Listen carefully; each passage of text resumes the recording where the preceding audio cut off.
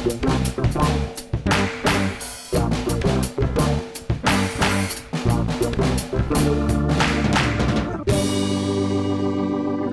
welcome to Star Wars Belt Out. I'm your host, Josh Chapman, and today it's the final Acolyte. This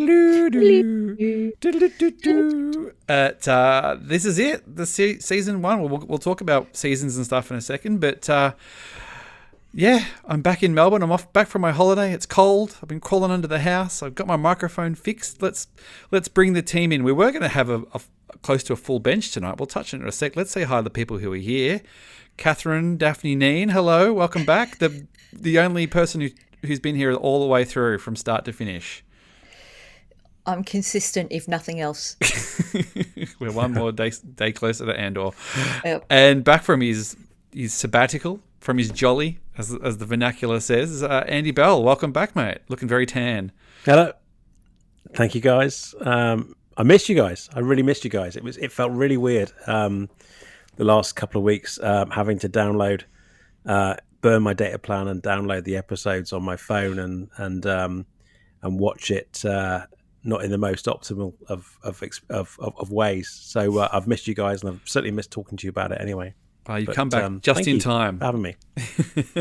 Yeah, right. Damn right. And well, you know, a poor one out for the people who aren't here. Matthew Turbo Thurban, who's been doing a great job getting here, was up till about an hour ago down, and his power went out. So he might turn up. The power might just kick in, and he might just miraculously appear on the episode. But he sends his regrets. So unfortunately, Turbo can't be here. And the other person who's absent, El Presidente Spoiler Rifko himself, Matt Mole, who spoiled one of the reveals in our chat where we were getting ready. We'll touch on which one it was as we go in. Unfortunately, couldn't make it tonight as well. He hopefully will be here for the roundtable that we'll do in a few weeks as well. But shout out to our friends who aren't here. But it doesn't matter. We've got Catherine and Andy here right now to talk. I don't actually know what this episode was called. No, it was still episode 8 when I started watching it, hour and a half ago. So, and when I finished, it was still episode 8. So it'd be interesting when a title comes up and what that title will be. Yeah, like what? Interesting. I don't know. Any are you frantically looking right now, Andy? I'm just looking. You're sort of pursuing. It's exactly what I'm doing at the moment. Well, I heard that Disney Plus thing. We're going to get a copyright strike here if we're not careful. Yeah. The mouse is going to come down. No. Let me just try and find out whether there's. Yeah, keep talking, guys. I've got the Wikipedia finished page. watching. I finished watching like less than an hour ago, and it was still just episode 8. So, Wikipedia just says it's called The Acolyte. I don't know if that's true or not, but if by the time we do this I do the artwork for this episode and I need to put something in, that's what's going in. So if it's wrong later on, sorry, but it's still episode 8. It's still episode 8. Interesting. Wow.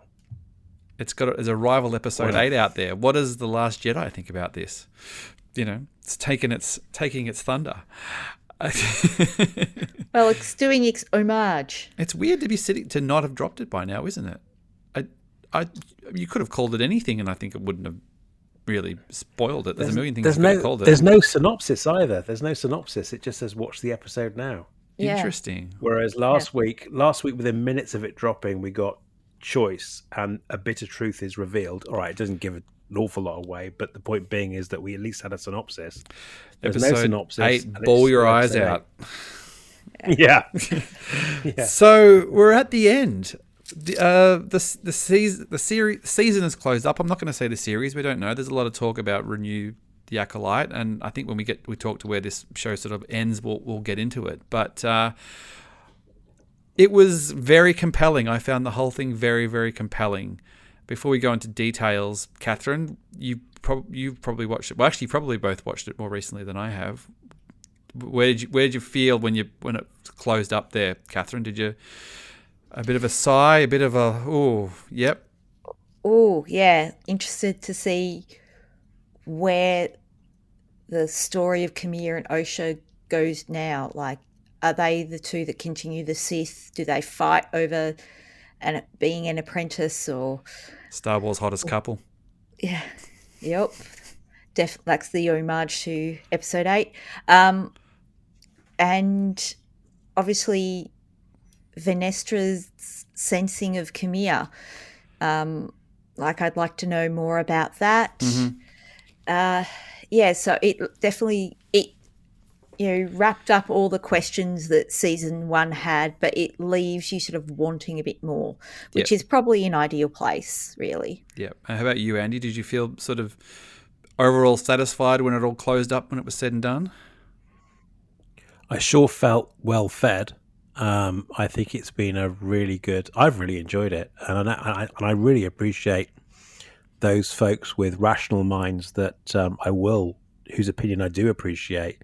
Why one or two of them it may not have been for them, but quite frankly, I've really, really, really enjoyed this because it's made me appreciate a part of Star Wars lore, if you like, that I don't particularly get many kicks out of, and the fact that, and for what it is, it's something very, very different, and it doesn't involve the Skywalkers for a start, and I think it's a totally different time. So I've really, really enjoyed it, and I thought today in particular wrapped up an awful lot of questions that we needed tied up. But on the other hand, and what I love about what Leslie's done here, it's unraveled other parts that it's like you've pulled a thread, but you've pulled a bigger thread. Yeah. And I've loved that part of it all the way through this, which is I've probably speculated about this series, whatever it's going to be, more than any other Star Wars program. I think absolutely, and I think it's absolutely made the most of the fact that it's got no baggage. And I think we talked about this excessively about the show having no baggage. And I think that is part of what has just infuriated some people, because they like to know. They like to be able to go, well, it can't be this because of this and this and this. And it turns out that it can be whatever it wants to be. And anything that you thought of and you were smarter than it, it took care of it, for the most part. And some bits are maybe suspension of disbelief and we don't know all the answers yet. But if you're going to be in a time period where nothing's happening, you're not bogged down by all the lore and everything around it and all the things that have to happen. Like, shoot for the stars, kill people off, kill them off, do some things that break some windows, do a bit of that, because you've got hundreds of years to backpedal. And like you talk about Star Wars, like sometimes they'll just talk about in a book or a show where something happens at 30 seconds before we see something on screen, and that's the way it is. This has got like 100 years of leeway at the moment. So go nuts. It's great. It's great, and I don't want to. It would be really quite boring and a little bit restricted if the only, should we say, noteworthy events of the entire galaxy over its entire timeline were over, let's say, 60 or 70 years when the Skywalkers existed. Either side of that, it was pretty mundane. So I like this. I've really, really enjoyed it.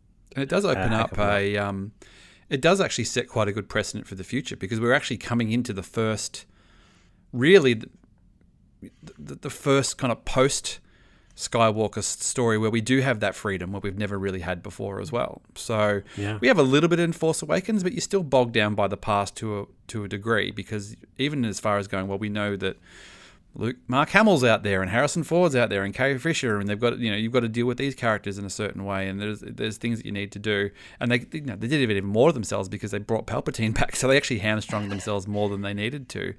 But in that case, Catherine, like, what do you think?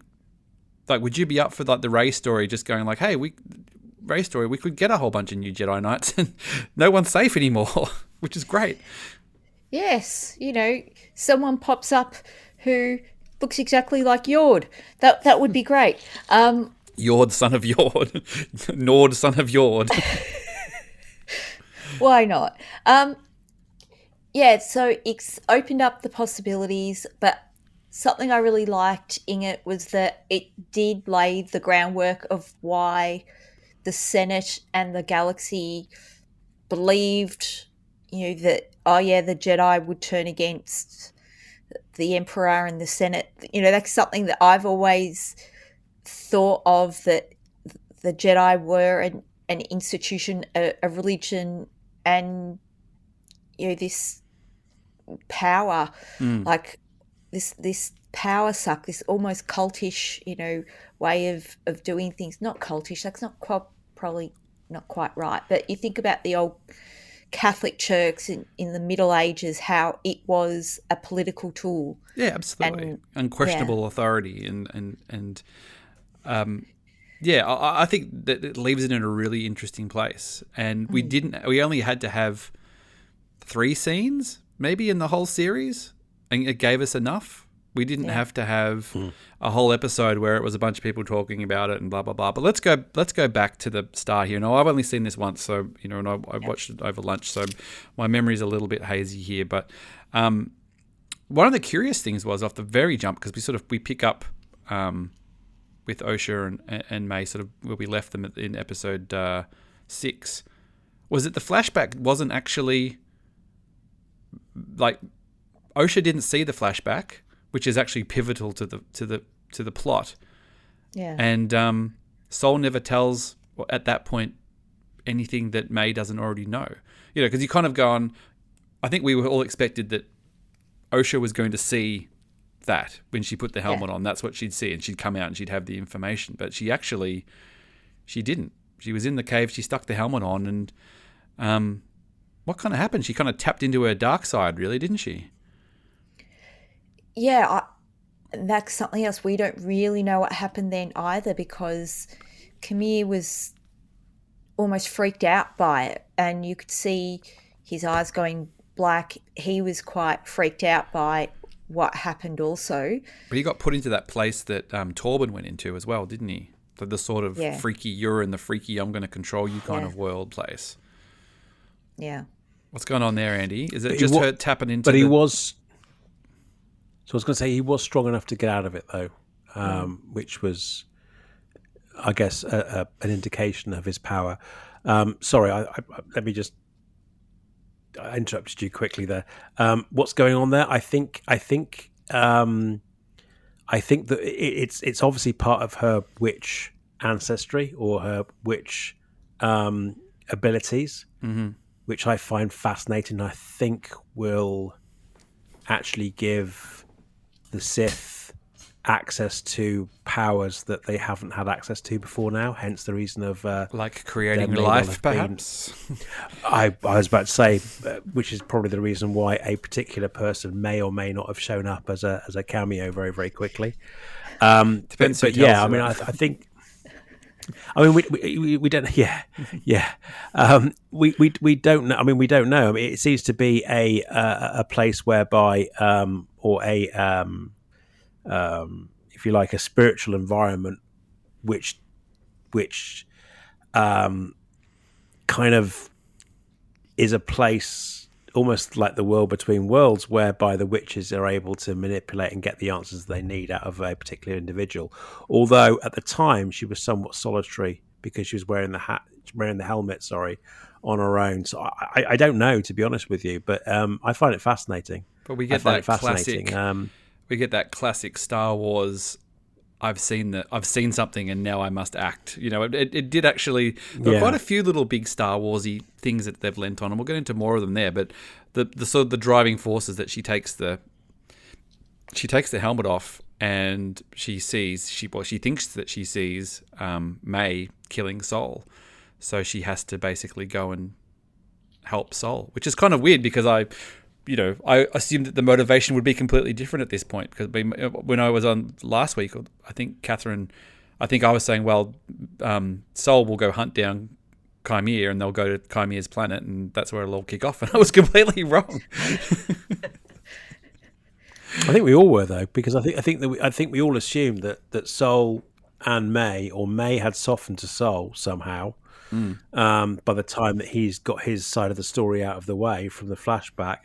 And that she'd say, yeah, this is where this guy is based at this moment in time, and that she would be the one to lead Sol to that planet, which wasn't the case. So I think we were all wrong in that respect. And she didn't actually care. I mean, that he was saying that it was an accident. So even the thing, because you're going to go, well, I'm going to tell you everything.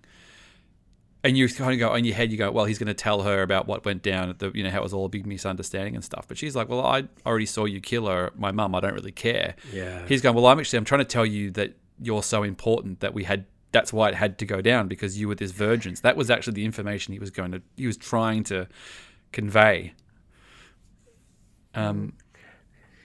What do you reckon, Catherine? And we don't. Oh, sorry, mate. And we still don't know what. No. I was going to say, and we still don't know what it. I mean, even right at the very bitter end, we still don't know what the virgins meant. We still don't know how the witches did what they did. We still don't know how the girls were created in the first place. Well, what is it? Which is the reason why we need season 2. Yeah, like Catherine, because he says a lot that. You're not even sisters. You're not even twins. You're basically like something that they've made that's split in half. But yeah, that you are one person that's somehow being split. So, and that's what Torben found with his data pad. And, that was the weird thing about them, that they weren't twins. They were, one entity, which is curious. But you sort of think, well, they've got those scans. They don't need to go to the lengths that Sol went to for the girl. So unless something about the planet made him act irrationally, but he was too focused on that. We've got to get the girls for the virgins. So why did he want to go back to Brendock again? I'm just remind me why he kind of locks her down. He sort of gets Maid tied down to the table, and he's just like, what was his motivation to specifically go back to Brendock? Because Osha and Chimera are following him, but why is he going back there? There are a couple of. There is a line. I just it's just escaped me. It's not like it's not explained. It's just escaped me. But there are loopholes. There are loopholes. So there is a line that if he was to go to Brendock and for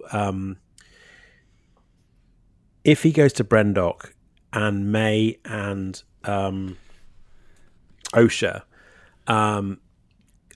convene there, which will prove the virgins, then that will explain his position to the council or to the Jedi. So it's how he gets himself off the hook, kind of thing. I can't help thinking that he was going down that, because again, there are a few loopholes in this, which I'm not going to go into because I love the storytelling in its generally, but there are a few things that made me think, well, why do they do that? That being one of them, and the only thing that I can think of in my own headcanon is that it was to bring everyone together to, which he does later on, is to turn on his tracker or his homing beacon and bring the Jedi there to explain, this is what happened 16 years ago and this is the position that I'm in and this is the reason why I did it.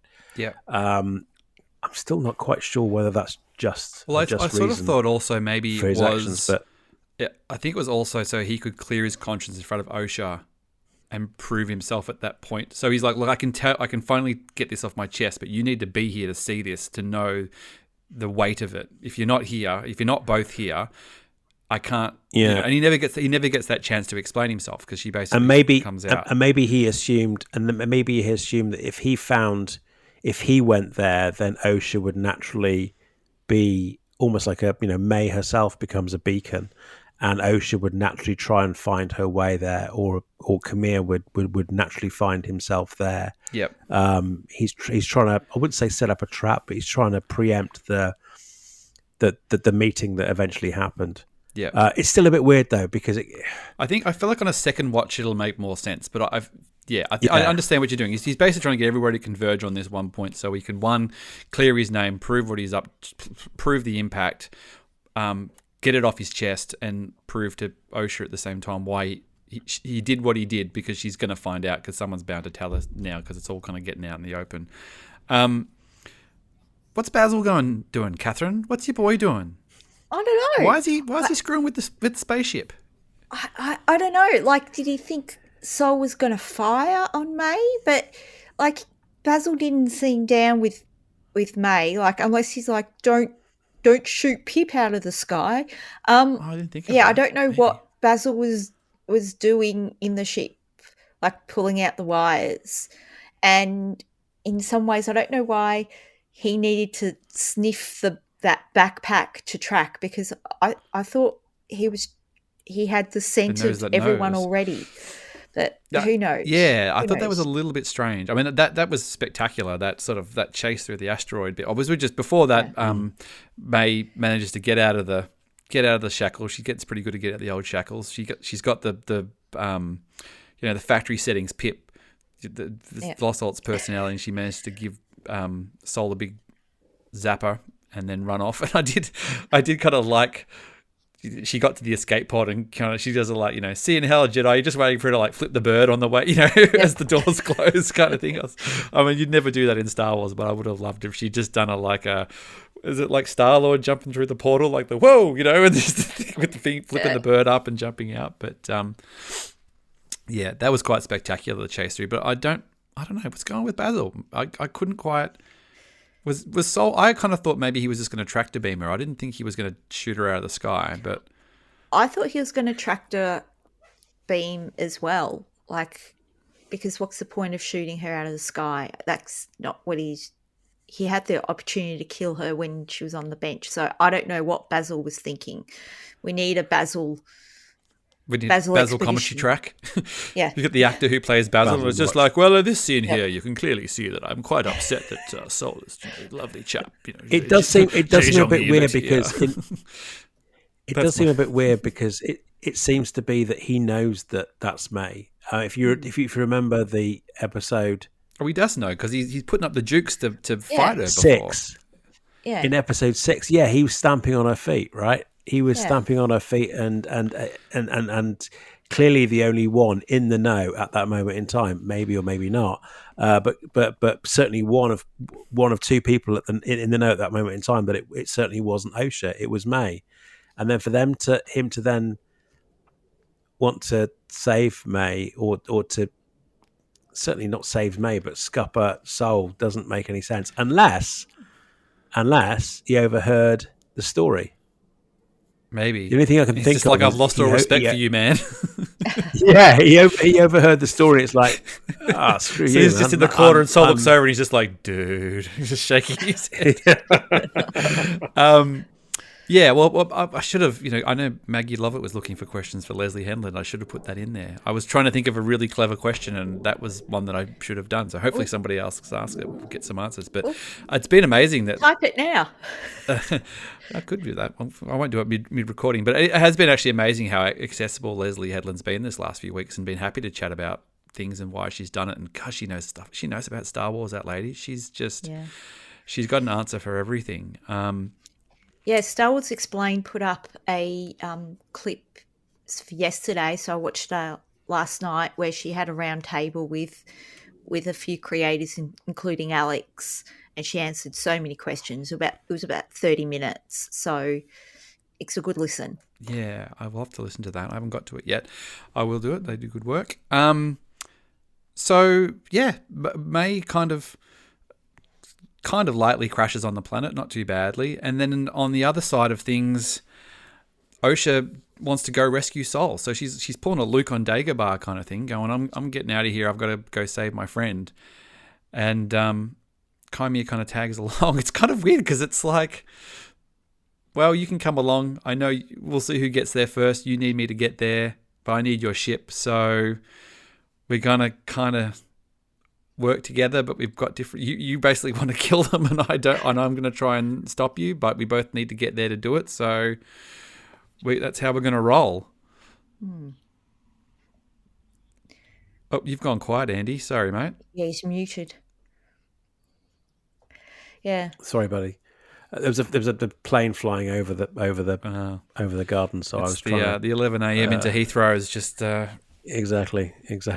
No, that's another part that was really, really strange. Is that I would have thought that while the flashback was going on, which I'm assuming was essentially Sol explaining the story, which May already knew. I don't think that actually happened, though, but I just to touch on that very quickly, I don't think any time passed because I don't think he tells her anything No. And I Oh, don't- you and think it jumped straight into Yeah, I think her it- escaping? Yeah, I think it literally Oh, does. wow. I don't think he tells her anything. I think the thing he's about to tell her is that you and you and Osha are, split. You're not you're a virgin. So that's what I'm going to tell you is why you're so important. But Osha gets no more information from the helmet. May gets no extra information. It literally is just to fill the audience in. No, I don't think any time happens. I don't think he's sitting there going, "So I was behind the tree and I saw you and da da da da da." Like I think. I thought it was. I thought the way it ended in episode 6 was kind of like, let me tell you a story, and then you get the flashback. I didn't even think of that. I think that's what we assumed, but I think that literally no time passes. I think she puts the helmet on the head. Right. She gets the vision. Osha goes into the scary witch world, comes off, sees that she's got to go rescue Sol, and she's off. And that's why she's still like, well, Sol's my friend. I've got to go save Sol. He's in trouble. And May is like, I've still got to stuff people up. That makes sense now. So Sol hasn't had a chance to kind of fess up with some context to May, and at the same time, May already knows. But May, because May saw it, May already knows. Yeah, but it's only about why I did it. Yeah, exactly. It's the context that she's missing at the moment. And similarly, the other thing I found weird, which now makes sense now you've said that, was that I didn't understand why, in the time that they've had together, why Kamir hadn't told Osha the truth of what happened, because I'm assuming he knows everything that May's been through because they've spent so much time together. I would have thought that he would have at the same time as it happening with the conversation happening with one sister, it happens with another as well. But now you've said that, it kind of makes sense that no, there's not enough time. They've just literally got straight into. And I think it's almost the end of 7 is it just automatically picked up in 8. Yeah, and I think Catherine, I don't know what you think, but I think Kaimi is keeping that information in his back pocket for when he needs it as well. Like he kind of casually asks her, like, "Yeah, you want to get involved in this, like being bad?" And she's like, "Nah." Yeah. But he's like, but you can see he's kind of like, "Well, you wait. Like, I'll buy my time. I won't blow that information now because I'll need it later." Yeah, he's going to use it when he needs it, and when it was revealed to Osha, she that was it. Was angry, and it was at the moment when she was in front of Sol. So yeah, using the moment. But yeah, and now that Sol is sort of talking far more about the virgins and that Osha and May are basically the same, it does make more sense of how come Sol, when May approached him, in disguise at the end of episode 5, was it? Why he didn't know it was May. Yeah, they're literally the same. So they feel exactly the same. So until they actually say or do something that's out of character, there's no way for him to tell. It's like she's thought of everything, this Leslie Headland. I'll tell you what, man. Yeah. She's a sneaky one. So basically they get on the ship and they go to Brendok to one to kill Sol and one to save Sol at that point. And then there's a bit of a shady figure in the background, Catherine, that you may or may not have found about before watching because somebody got a little overexcited in the chat. Yep. At least it came early and it wasn't like it was the be-all and end-all. Yeah, and it wasn't the be-all and end-all, but it was annoying. An instant. Yeah, I kind of know who that is. I know where that is. Well, a good question and for anybody who obviously knows what we're talking about, it seems like, he hasn't been named yet, but it looks like it's good old Darth Plagueis, the name that's been dropped a bazillion times since this show started, hiding in the shadows, looking at Kaimir and Osha as they fly away. Now, the question for me is, do they actually know he's there? Is he spying on his apprentice? I kind of thought, is he just going, he looks like he's getting someone, training someone, and, can only be 2 of us. Is my position in trouble here? Or is he kind of like, good, get out there and do my bidding, Chimera? I think that is something that needs to be cleared up, because we know that Count Dooku, Darth Tyrannus, he had his own acolyte in the Clone Wars. We know that while there is the rule of two, we know that people like Asajj Ventress and so on exist. So maybe it's encouraged. Maybe it's kind of in their interest to get a few hungry people in there to get the best. To keep the I wouldn't say the bloodline, but to keep the Sith line going. Is that the apprentice is actually encouraged to get their own acolyte, so that they at some point can challenge the Sith Lord. Yeah. You'll either be good enough or you won't. I can't believe he's been hiding I can't believe he's been hiding on the same planet that is Kamir's bolt hole without Kamir actually knowing he's there. Do you think he's just got a more lush? You kind of go up a lift, and he's got a lush little cliff top place, and he's going, well, the apprentice stays down in the leaky cave in the basement, and I sit up in the nice place. Like Palpatine liked a nice cozy office. You don't necessarily have to live in squalor if you're top dog. I mean, Vader built a castle for himself, and he was still an apprentice. So, yeah, and you think that shadowy figure's probably waiting to see. Well, that Osha seems pretty powerful. I'll see which one survives, and I'll take whoever as my apprentice then. And that sort of is also the way of the Sith, in that, yes, it's a rule of two, but the apprentice might take an acolyte, but then when they challenge the master, if the master falls, so be it. But if the apprentice falls, then the master takes the acolyte as their apprentice. Yeah, if you come at the king, you better not miss, as they say. Yeah. And that's kind of where. And then while this is all sort of going on in the background, new favorite, little skinny white guy, pretty fly for a white guy Jedi. Moog. Yeah, he's the most polite, very very polite young man, isn't he? Really. He touches in with Venestra to sort of let her know that the Soul's switched the beacon back on, and she's heading to Brendok, and Venestra is all a bit kind of like, all right, time to call this in, time to get this sorted out. Yeah. This is after, though, she's had a meeting with senator. Yes, who was the mysterious actor, and everyone's kind of going. Well, it's kind of funny because was that before or after the Plagueis reveal? It was before, wasn't it? Because a lot of people going, well, he must be the Sith Lord. He's the last actor who hasn't been accounted for, and good old, they show him before. So you go, well, I guess it's not. There's not going to be any Plagueis. There's not going to be anything, and then they did it anyway. It's just the misdirect is just on point. Yeah, so he's the senator who wants an external investigation into what the Jedi are doing, and the one who's basically like, no, what are you doing as the Jedi? Like no one's questioning you, and you're at the center of power throughout the galaxy. No one questions you at all. Like, no, what are you doing? It's quite funny. You need to be held accountable. Yeah, he kind of goes at her.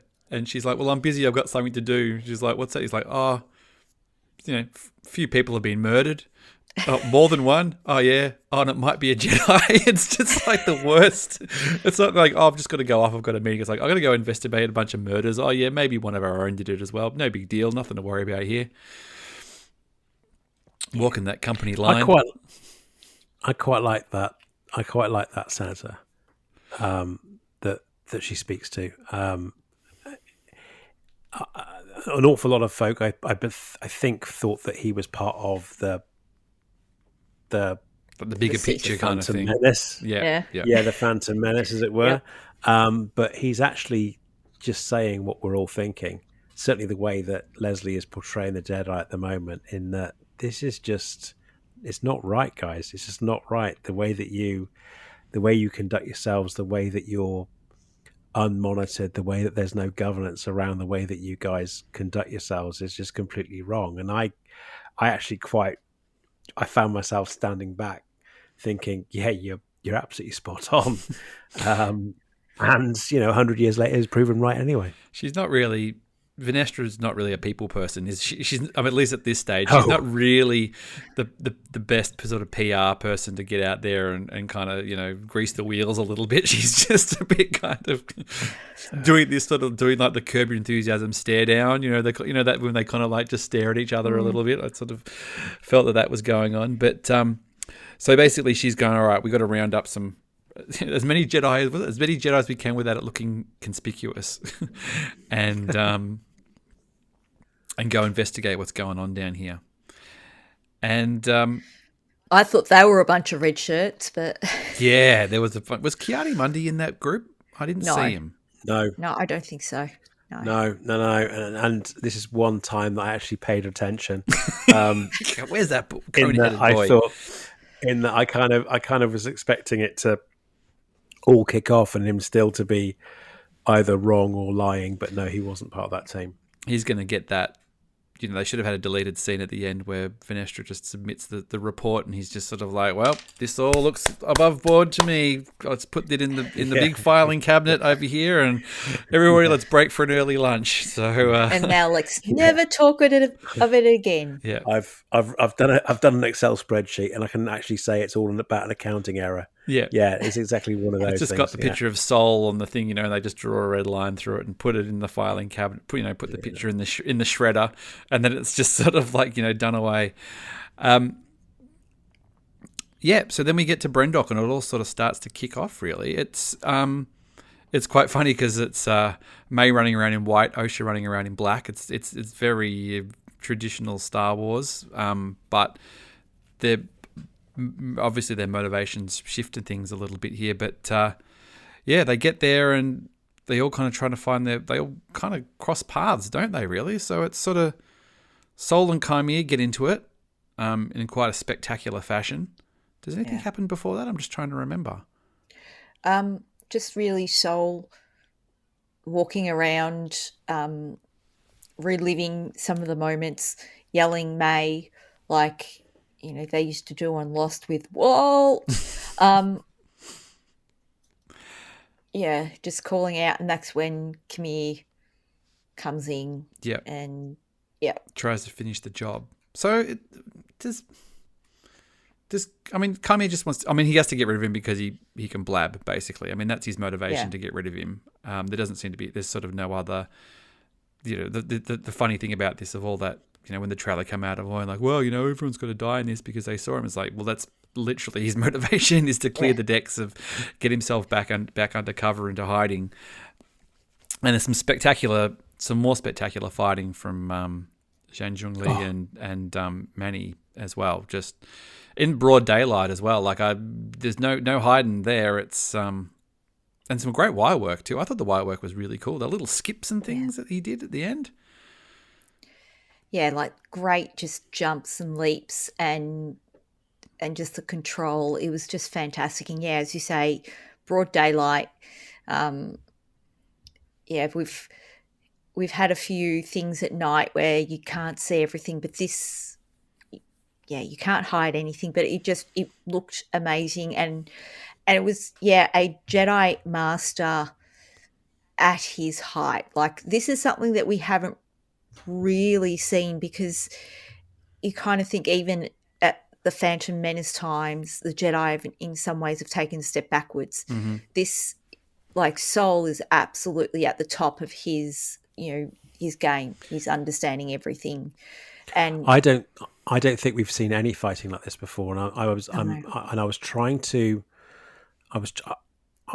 I'm not very good sometimes explaining myself, but I listened to the guys over at Thank the Maker podcast, and they summed it up perfectly for me a couple of weeks back when they were talking about the saber fighting in this show. They're trying to hit each other. They're not trying to hit each other's blade. They're actually trying to hit each other's body, decapitate, to score an injury. And while we've seen some amazing, very balletic and very physical saber fights in the entire Star Wars saga, it's been quite choreographed, and I wouldn't say it looks choreographed, but it's very much, like I said, it's very balletic. It's very much like a dance. Whereas this is probably the most visceral fighting that I've certainly ever seen. And the guys over at the pod explained it a lot more in a very simple way. I'm sorry to repeat myself. They're actually trying to kill each other. Yep. They're trying to not hit the saber. They're trying to hit the body. Yep. And I don't think any of us have seen that, or certainly from memory, I don't think any of us have seen that before, which I think is awesome. Going for the death blow. Give him the old death. Absolutely. Give him the old death blow. So yeah, they're just. And you think that in some ways goes back to what Yord said in that episode, where he's not fighting by the rules.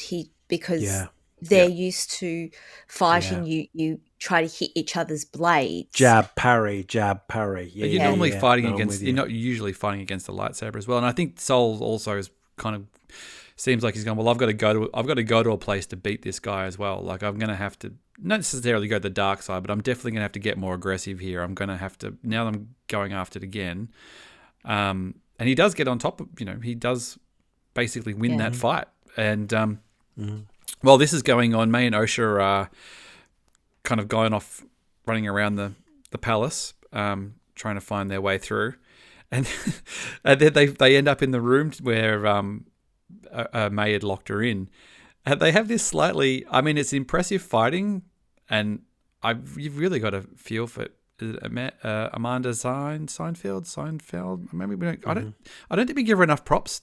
Playing two characters, having to act like that and doing it, and then turn around and having to do the other side for a lot of those scenes is not to mention the emotional stuff we'll get to in a minute. But there was a few bits where they were just doing the same move at each other, and I feel like there's like a Simpsons episode or something somewhere where they're just fighting and they're both just like dun, dun, dun, and they just can't block the other person. Like it was like this. Lisa is like, well, I'm going to be just walking around doing this. And Bart's like, I'm just going to walk towards you doing this. And if I hit you, it's your fault. But they were both doing it was like literally like the same mind thing. It was like every mind they were just doing it was like a mirror image of the same moves there. Well, again, it's that they're the same person. Same people. Yeah. One thing that I picked up at that particular point, but on reflection throughout the entire episode, was the music. The music was phenomenal, and I don't know how you guys feel about this, but I mean, it's probably the sign of good orchestral scoring. But I haven't perhaps noticed the music in this series compared to others, such as Andor and others as well. Whereas this episode this week, I found the music absolutely captivating, and especially when Osha and May are fighting, it sounded very. It was meant to harken back to the witches singing, but it was very unlike Duel of the Fates, which is very bombastic, choir-centric. Choir centric. If that makes sense, if there's such an expression, choral. It felt choral. That's the word I'm thinking of. Honestly, these days words are beyond me. Anyway, it felt very Japanese influence to me. I don't know if you guys have ever seen Akira, for example. Yep. And the choral work that goes on there, it sounded very, very akin to that, and it really stood out for me, especially when those two were fighting. And as a result of that, I started noticing the music for the rest of the episode a lot more, and it was really, really, really very good. Very good indeed. See I really hope they do a Disney gallery, because I think that there'll be a lot of deep diving on this, and just you know how they did May and Osha. I assume there's just a double, obviously, but they've got to be long days. It's just like, all right, you're going to do everything from this side in this costume, and then you're going to jump out and you're going to do everything on this side in this costume, and it was absolutely seamless. But so they effectively sort of like punch on for a while in that room. I'm just trying to recall, because Chimera and Soul are fighting at that point, but May does end up back in the courtyard. So I'm just trying to remember how that plays out. Does anybody remember? How does she get there first? She runs away. She just runs away, does she? She runs. Yeah. She runs away from the fight, and she arrives in the courtyard just as Soul has performed that wicked move, that wicked samurai move, which takes out. Well, he just literally swipes. Oh, that's right. It's very reminiscent actually of Rebels when Obi-Wan takes out takes out Maul. Did you think Kaimir might have gone down at that point? I thought he was. They were both standing back You're to waiting back for to the, each like, other the after that blow, and I was expecting Kaimir to fall over, but it was only his saber that was busted. But yeah, no, I thought that shot in particular was wicked, and then obviously May comes in then to save the blow against Kaimir. And meanwhile, while this is all going on, the Jedi, the party pack, have turned up. And it's just, I don't know, they all just seem takes them a while, doesn't it? Yeah, they all just we saw the ship fly over about 5 minutes earlier. It's like, good God, how long does it take you to get out of the ship? It feels like they've got the reject party. You know what I mean? Like, it kind of feels like there's this sort of, it's almost like, have you guys watched Slow Horses? No. Yes. Yeah. So Slow Horses, it doesn't ruin the show, but the concept of Slow Horses, Catherine, is it's set in is it MI5? It's MI5. So effectively, there's like, it's MI5 is the protection of the the British Isles, of the Secret Service or whatever it is, and they have this thing called the Slow Horses, where it's basically if somebody makes a mistake or flunks out or does something stupid, you don't really fire them. It's kind of hard to get fired. You get shifted off to this place called Slough House, which isn't in Slough, but it's, because Slough's out of London, it's implied it's the worst place to be, basically, where they kind of just put all these rejects and give them menial tasks to keep them busy, to keep them out of trouble. It's an amazing show, but it does feel like that these Jedi are a little bit Slough House, that they're a bit Slow Horses. They're just sort of the duds at the bottom of the pack. They did fly over the castle, whatever it is, and park a long way away. Mendo style. Of course, they've got to make an entrance. But in the meantime, May's got to the courtyard, and then eventually Osha gets there. Do they park where Sol parks? Is that why they park there? Because they've just been tracking where Sol's parked? Yeah. Good point. Because Basil sort of runs up straight away. So I assume that they just park next to him and Sol's put a bit of distance in. Because they sort of get out after things have sort of gone down, because that's when, Venestra walks out and goes, oh, something's up here. So that does that does put a lot of stead in the theory that Kaimir was Venestra's apprentice. I wonder if that will actually feed into the books now. Well, the books or season 2? are more season 2, because the books are 100 years prior to these events. But we don't know how old Kaimir is yet, though. He did say he was around a long time ago. How many apprentices does a Jedi? I guess it depends how old you are. I guess how many apprentices you churn through. Yeah, and her ship is named after a Padawan who I think is seemingly lost, or no, I shouldn't say that. Like a Padawan that she has during Phase 1, and I haven't read much into Phase 2 yet. But his name is the name of the ship. But I think he went down on Starlight Beacon. Oh, did he? Dun, dun, dun. So, I mean, there's such respect paid to the High Republic in this that I see that there could be no reason why it's not all connected. The meticulous planning that has gone into the High Republic as well, and the cross the T's and dot the I's that Leslie Headland does. I can't imagine they just frivolously put in a apprentice to a major book character without some thinking. Yeah, and to have Venestra there is, because they could have had anyone else who wasn't Venestra. Yeah.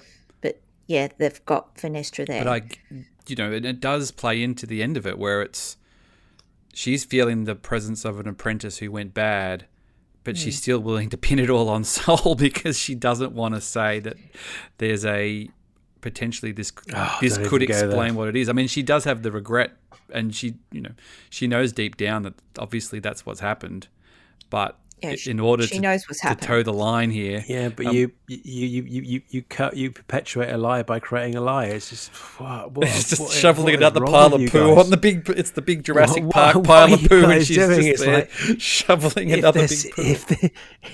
Exactly. If there's one moment where it's like, right, let's all of our cards on the table. This is what has happened, and we absolutely royally messed up as an organisation. And I don't understand.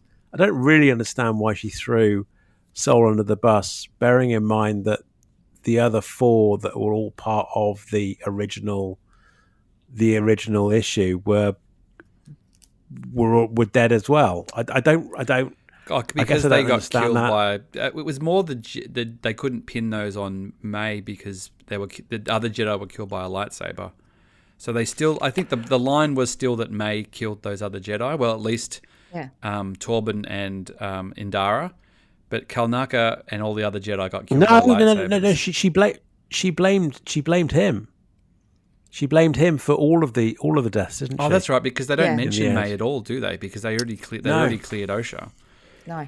No. They don't mention the twins at all. Sorry, they're not the twins. They're not twins. The Virgin. The Indara one's interesting because I guess you could say the Torben one, okay, maybe because he was there, but I mean, maybe we'll have to, maybe we'll need to go through the forensic, check the game take, so to speak. But they're out in the courtyard. Sol's pleading his case, trying to get May to understand that she was a virgin in the Force, and that's what it took. And he did what he had to do. But ultimately, May says, "You killed my mum, I don't really care." And then Osha finds out the terrible truth. And it's very sad. And then the death without the weapon comes, which was... First she picks up Sol's lightsaber, and her feelings when they start beginning to bleed the kyber crystal. It was amazing, but it was so sad. And I think Zhang Zhongli is the best actor who's acted in a Star Wars thing before. He was incredible. He's too good for Star Wars, and we've had some great acting. And Andor, I was about to give Andor props, and you just, incredible acting. But he has it. I hope he gets his props. I don't know whether this.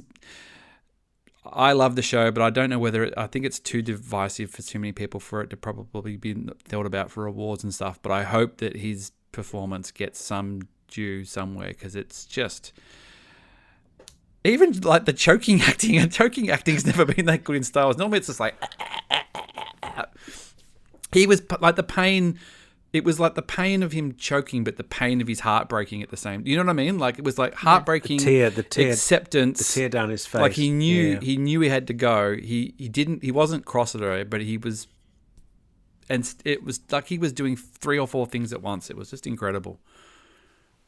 It was so sad. Yeah, I'd agree with that. Like I said, the tear, and I'm sure it's staged tears, but the tear going down his face as. To your point, yes, he's being strangled, but it came from someone that I'm absolutely 100% sure he was going to say that he loved her. Not in the. I'm talking about he loved her as an individual. I mean, he says something along the lines of, "I did it because I," and then she starts choking him, and saying, "Don't talk. Just don't talk." And I'm sure at that moment he said, "I did it because I love you." Yeah, and again, I don't mean any sexual or any. No, it's like a daughter or capacity, as in a daughter, or as in I love you for who you are. Yeah, but he wasn't. I mean, that was ultimately his downfall, though. It was the attachment that got him. And it's. Oh, he was obsessed. The guy was blind to the whole thing. It was like the whole obsession with I see you being my Padawan. And the fact that you're a virgin just makes you more special and more reason for me to do the things I did, because you're not just another. I hate to say it, but you're not Jackie. You didn't mention Jackie once, but he mentioned her once after she died. I mean, I'm sure he had moments of being upset, but it didn't. It didn't weigh on him like Osha did. Like Osha was in his head, and he moved on from his apprentice. It wasn't even, I've got to go and get, like, I kind of thought, well, maybe I've got to go get Kaimi because I've got to avenge my apprentice and all these other Jedi. But it was like, no, I've got to protect Osha. I'm still single-minded on this thing. It's really bad that poor cute kid ate it, but, ultimately, them's the breaks. But Osha was different. Like, it was a completely different thing. And poor old Soul just ends up on the ground. And then we get this amazing shot of the lightsaber, Catherine. Yep. I mean, that is, talk about putting some new defining imagery, Star Wars imagery in something. Well, it's been something spoken about in comics, and now it's on screen, and it's that, funny thing of, levels of canon almost, that you can rewrite comics, but now it's on screen. No, it's definitive. You bleed a Kyber to get it read. Yep. Yeah, and it just looked amazing, and it tells you everything you need to know in that moment, really. I mean, I was almost expecting the old Sith eyes to flare up, but we didn't get that. There was a bit where it kind of panned in her. Do I need to look closer? I think it was. I still don't think she's. I mean, there's still an awful lot of emotion. I mean, the upset that she has with her sister when she. Well, I'm sure you're going to go into it in a second. But when they part ways, the emotion's still there. She's not stoic. She's not Sith. She's not angry. She's really, really upset. She's really, really upset. And so that red, blue, red, blue, red, blue, red, blue. I felt that the lightsaber couldn't decide what color it wanted to be because she's not clear in her own mind as to what color she wants to be, or where her mind is at. And that, I saw a comment. Hence the reason why there's an opportunity for it to change. Sorry. Yeah, no. I saw a comment sort of going, it seemed weird that she could all of a sudden use the Force again. But it was Crimea specifically says about, hey, like, you want to get that, you want to do that Force thing again. Dark side all the way, baby. Like, that gives you a chance to just tap straight, use that anger. You can start using the Force right away. You don't need to train it back. She got it back. She got it back a few episodes, quite a few episodes ago. In fact, quite early in the season when she was connected back with her sister. That was what triggered her Force abilities again. She was able to kind of. Oh, okay. Yep. Yep. Manipulate herself. But as far as doing something sort of dramatic, of just going like, well, I'm sure. I'm sure. But it's like everything else. Yeah. It snowballs, right? But she got that connection back quite a few episodes ago. And then they sort of hightail it, and we actually get the explanation of how May made it out of the hole. She did the Luke Skywalker Cloud City trick. She got sucked into it was literally the same technology. It was the same mining pipe in a different mining facility. That's why Luke doesn't fall to his death. He gets to the tube and goes thump, and gets sucked in, and that's exactly what happened to May when she fell down the hole. So I did like that. She was even in the little ring thing. It didn't quite light up the same, but it was a very similar vibe, which was quite clever. So Mother Zabrak, Catherine, not on the board. No sign of her. Did she just? She was kind of. They didn't show the body, and it was kind of teased, I think, to make you think maybe something would happen. Yeah. So, getting that Star Wars Explained thing with Leslie Headland, she was asked about that, and she said, "No body, no death." Wow, again. Nothing is done by accident. I'd love to have a beer with Leslie Headland. I think she'd be endlessly fascinating. Leslie, if you come into Celebration Japan, we'll be there. Come down to the hotel bar and just have a beer. You don't even have to talk Star Wars. I just think she'd be a bit of a hoot, really. I think she's hilarious. I honestly think she's my favourite troll at this moment in time. The way that she's dealing with some of the negative side of the fandom, I think, is absolutely world class. Yeah, and fair play to her. She's got my vote. I think she's been like, well, I've been a gay woman, in a fandom space or in a media space a long time. I've had to deal with a lot of stuff. You think this is the worst things that people have ever said to my face? Like, this is, what do I care? Like, I'm having a making Star Wars. I'm having a great old time. So Leslie, there's a beanie with your name Absolutely. Leslie, there's a Star Wars spelt out Yes! beanie with your name on it. Can anybody, Maggie, I don't know if you listen or not, but I have told Maggie I'd put one aside for her too when we run to it Celebration, and other friends of the show, but I will absolutely put one aside for you, Leslie. Yeah, you just have to be at the same place or know somebody I can hand it to who can get it to you. So anybody who listens to this, make it happen. I know we're about to hit an hour, but I think we've got to just keep going because we're not done here. Yeah. And I think it would be a disservice to just go, all right, and that's it. So we'll see you later on, and which is amazing because if we'd had Matt and Turbo here, I think we'd go even longer. But yeah, so effectively, Sol is left on the ground, and Chimera and Osha and May run to the tree, and May decides that she doesn't. Well, no, that's not what happens. Osha's in. She decides to get trained.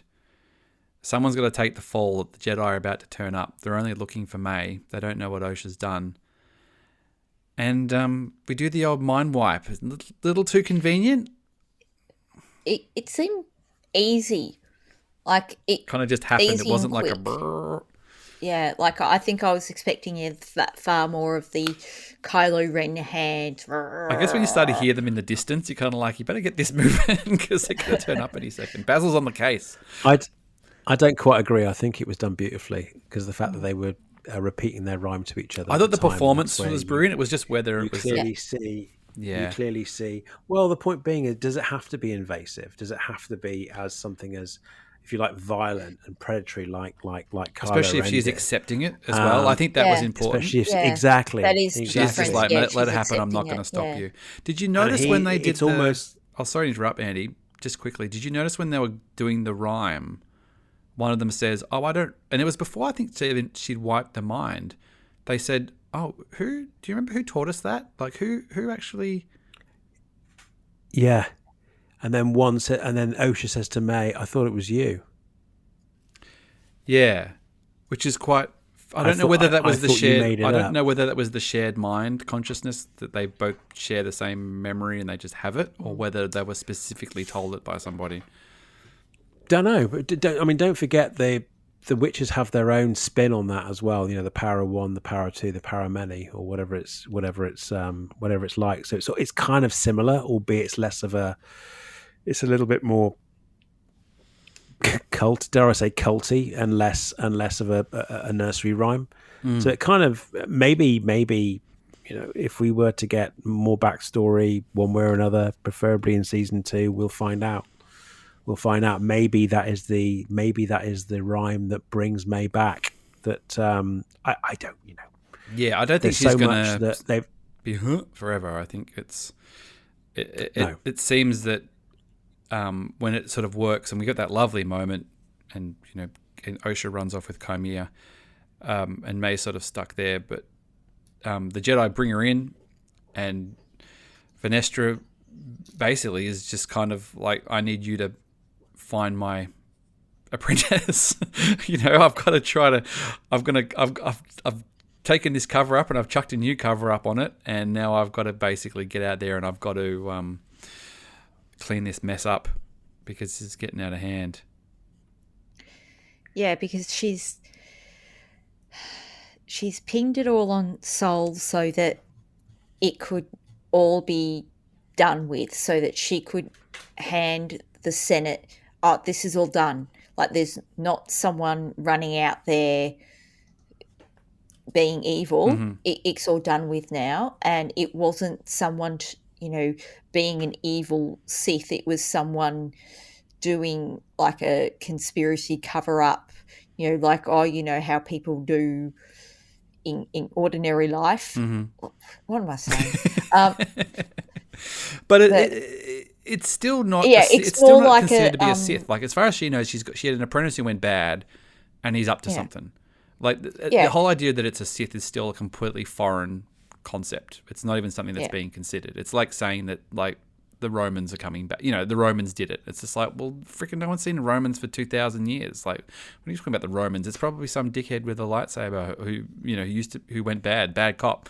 There's a lot of bad cops. I kept thinking of the like the Simpsons, like bad cops. Springfield cops are on the take. I just kept the Jedi just like bad cops.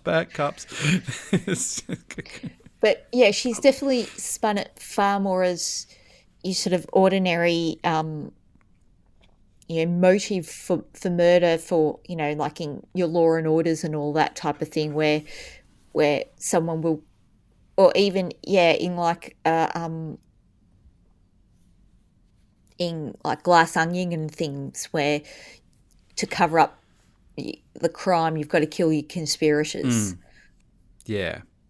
And which is, a far more sort of down to earth, to have a phrase, type of motive, as opposed to, no, there's an evil person out there who wants to kill these Jedi, and they're still running out there, but don't worry, everything's under control. Yeah. How are you? Yeah.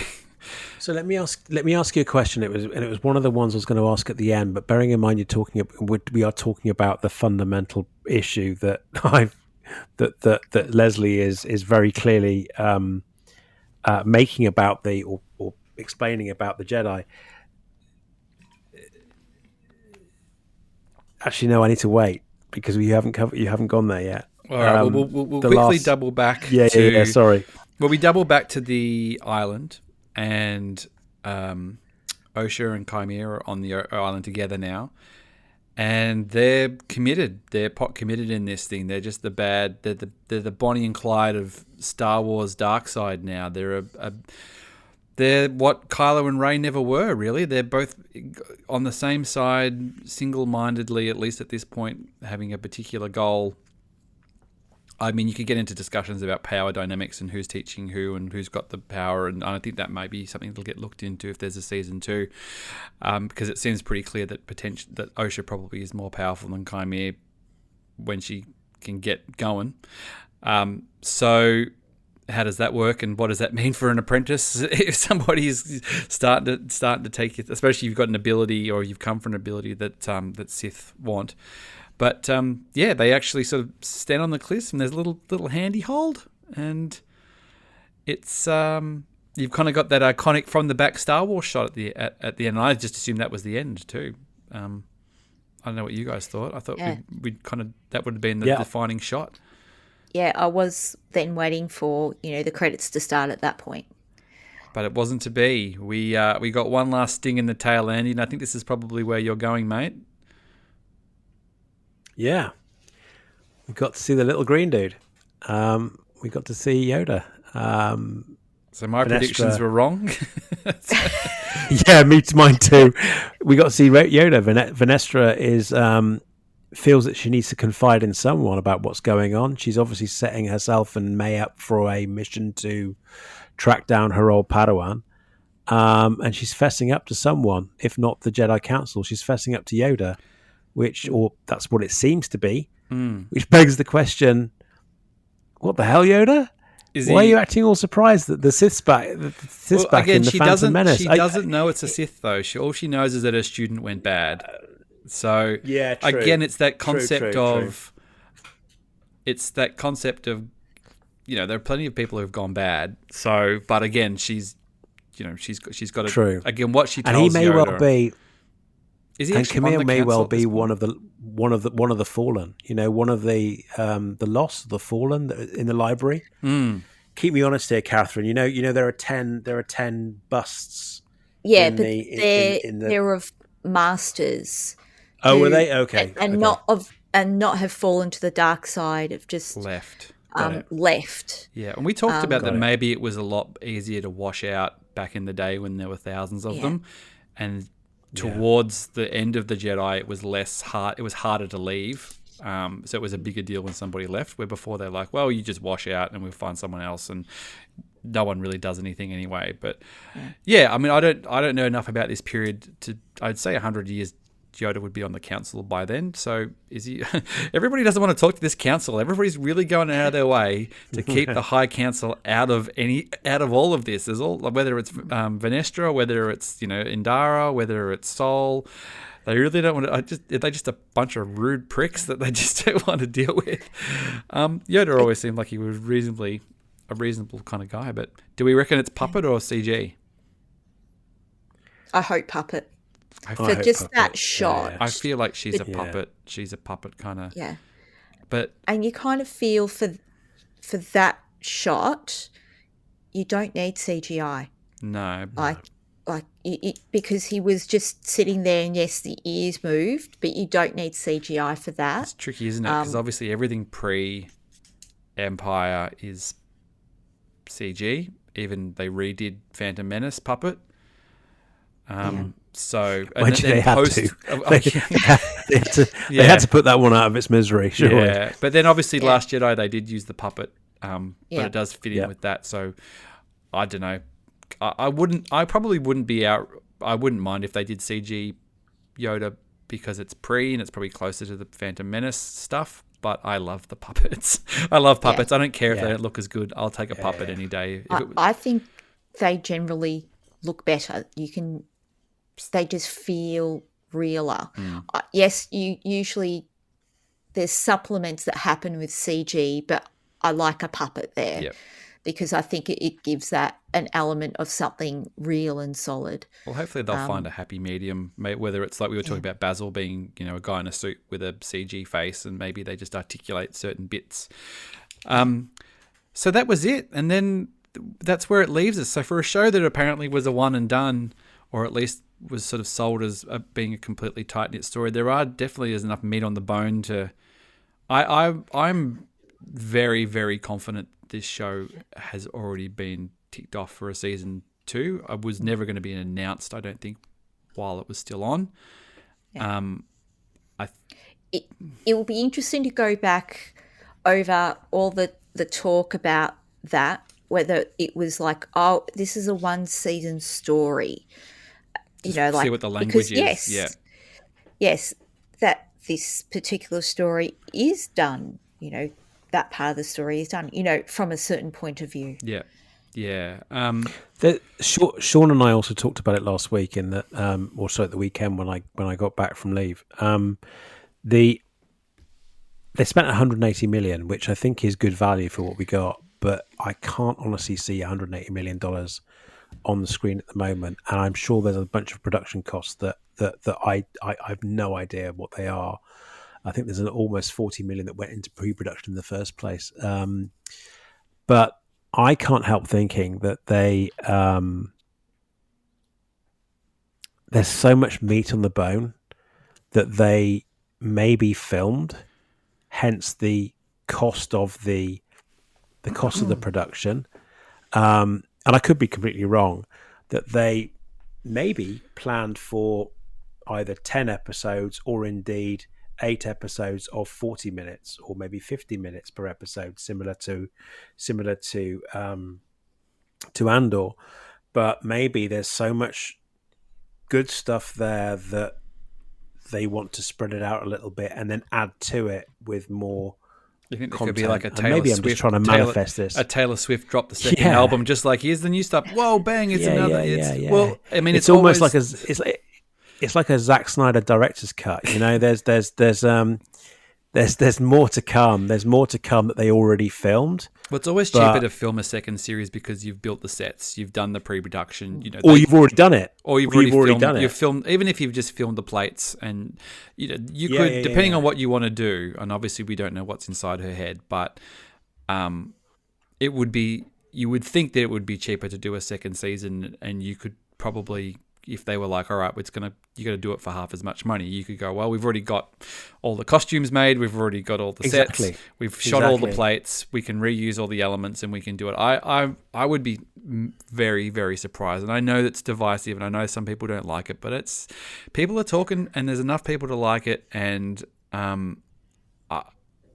just, that runway, that clear runway, anything can happen. We don't, it's just ripe for, and if it doesn't happen, And I think when we do the roundtable of the whole series, and I'm conscious of time, we'll get into the meat of what could come next. But I think this isn't the last we've seen of Leslie Handler doing Star Wars. Whether it's this or something else, I hope not. She'll be tapped for something else. But we'll wrap it up here. We'll focus on this episode, but we'll get everybody back in a couple of weeks, and we'll talk about the series as a whole. But I thought it was an excellent ending. I thought it was painful. I thought it was very, very entertaining. I think the payoffs were great. I think it still surprised right at the end, even though we kind of felt and I think all the things we thought were going to happen by then were going to happen, but the way that it played out still surprised. What about you, Catherine? Yeah, I don't think I had thought quite of those beats. I mean, the Osha ending up with Kamir, I think most of us thought that's going to happen, but the way we got there, I don't think we could have predicted that, and so that's good. And yeah, I do feel satisfied, and it would be interesting to go back watching the whole season now, knowing what this ending is to really see things. And I'm glad Camille survived, because Manny has been fantastic. How great has he been? I like that. Depending on where this goes, if it does a second season, if he is challenged and pushed and cast aside, and what does that mean? And confronts his old master. There's a lot of, like you said, Andy, a lot of meat potentially. And I think that the show lost an amazing lead and some amazing support characters. Obviously, your Yords and Jeckies and all those people, but there's some serious talent here still. There's certainly enough that can carry this show. That's also what makes good drama, right? Is that you don't know what's happening. And we haven't had that for so long. And we exactly. never really had that. No. I mean, we and losing your main character. I wouldn't say hero, because I think we all started getting turned off, doubting his pureness, his objectives. Halfway through the season, but yeah, no, I'm with you, mate. As a character, Sol is phenomenal, and the humanity that he, the actor, brought to that role, I thought was fantastic. And then killing him off. Oh, we need more. We just need more with equally as great actors. It's good stuff. Well, thanks everybody. Thank you particularly, Catherine and Andy, for fronting up. The weeks that you could. Catherine obviously fronted up every week. She's the rock that this show is built around. It wouldn't get done. It would just be me speaking into the abyss like a crazy person. If you weren't here to help, Catherine, and as always, the fact that you're so reliable, we couldn't do this without it, really. And it's, Andy, I know you take time out of your day to carve some time out as well, and Turbo and Matt have their own sort of schedules they have to work around as well. So it's amazing we get anybody on here as well, and amazing that people listen at all, and people have shared this and spoken about it and promoted it, and it's been great. And I've loved the show. I love Star Wars. I love new Star Wars. I love exciting stuff, and I can't wait for more. And we'll do the roundtable in a week or two, but we've got Skeleton Crew to look forward to as well. So I can't wait to have you guys on that. We'll touch on that as we get closer to. But thank you so much, guys. I really appreciate it. Well, thank you, Josh, for giving us the opportunity each week to come in here and talk, because otherwise I might talk to people at work about it and get nods. Okay, Catherine. You talk to the plumber. Every time it goes down. No, I've loved every week, and I'm just sorry that I had to go on a family holiday. It was really quite inconvenient, actually. I was quite angry with them, but yeah, we went on a family holiday. So I'm sorry I missed the last couple of weeks, but I love this. So thank you, Josh. My pleasure. Thank you, everybody. I'm not sure whether we'll be back next week or not. directly, but we'll do the roundtable. We'll get some friends of the show, guests and things. I've already got a few people who want to come on and who just want to talk about the show in general. And we'll definitely do the roundtable. We'll get everybody back. So stay tuned. So thank you a lot, guys. We've run long here. Everybody go home, go and put your feet up after this. So thank you. Thank you, Josh. Bye. Bye.